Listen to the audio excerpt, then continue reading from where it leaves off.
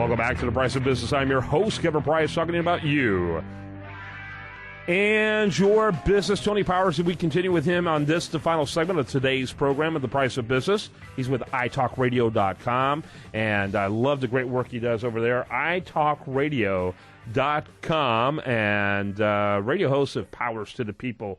I love the name of your show. Love the work that you do. Love that you spend time with us here on the program. Talking about the impotent GOP, I sit there and continue to scratch my head and wonder, are they going to go the path of the Whigs? Is there going to be a GOP in another 5 years? If you think about it, Kevin, if you look at that budget vote, or just look at the debt ceiling vote the other day, what happened in the House of Representatives last week? We saw the Speaker of the House throw the Hastert rule out the window. 28 Republicans joined with the Democrats to pass through that debt ceiling. And then you go over to the Senate.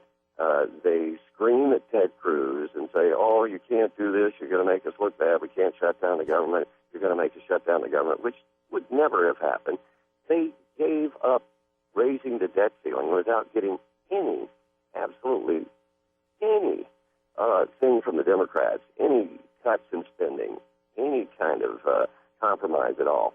They just gave it up. 12 Republicans in the Senate voted for closure with the Democrats so that they could pass that thing with a straight majority vote, all Democrats.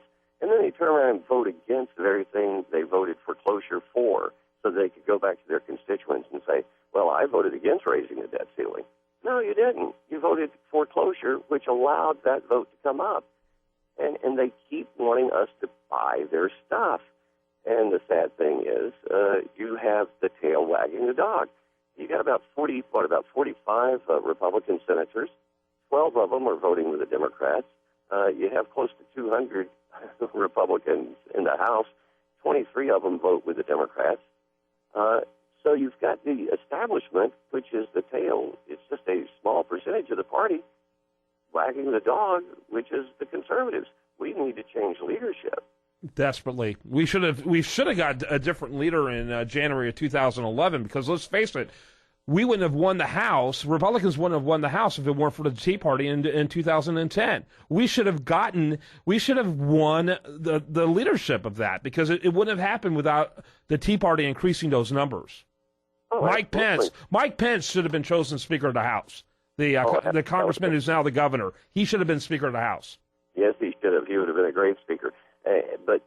But again, you've got the establishment that somehow controls the purse strings of the Republican Party, and they cower down the rest of the conservatives. But when you see votes like that, where it's lopsided, where Boehner has to get 28 Republicans to vote with Democrats to pass something through the House, because he knows he can't get a majority of his own caucus to vote for it, it's time to change the leadership. And I think that's where the problem is. And hopefully Boehner will lose his primary in Ohio, and maybe McConnell will lose up in Kentucky. Maybe if we get some new leadership, things will be a little different. Yeah, absolutely. All I know is that, everyone I talk to, are telling me that Cornyn is going to be a shoo-in. John Cornyn is going to be a shoo-in. He spent more money on this campaign from what I've heard, than any campaign that he's run since he first got elected. He has spent more money on this primary against nobody, I'm told, than any campaign he's had since he first got elected. Cornyn's scared, and scared he should be.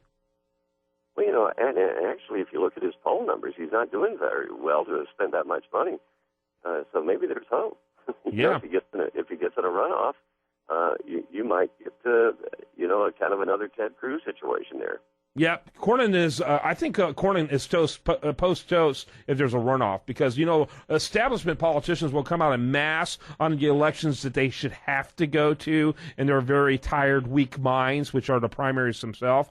But they shouldn't be asked to come out twice and have to go and do a runoff. That's almost beneath them. Well, great. We'll go ahead and we'll go ahead and cast a vote for anyone but Cornyn.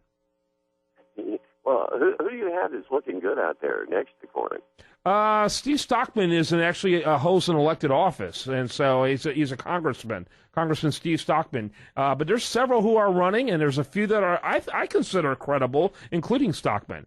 And so, and in fact, in the latest poll that the Huffington Post points out, that Steve Stockman gains on John Cornyn in the latest poll, and in fact, it's becoming a little uncomfortable for Cornyn, who is spending 20 times more than what Stockman even has the ability to spend.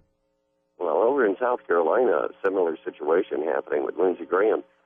He has actually 4 primary challengers over there, and I think his approval rating's like at 39. He's right there with President Obama in South Carolina, which, of course, he's right there with President Obama the way he votes in the Senate, so that's the way it should be. So I think maybe we'll see some things in these primaries, and that would really encourage and fire up the base. And if we could see some people like Cornyn leaving and Graham leaving, that might put the fear of God in the establishment in the Republican Party, and maybe they'll start listening.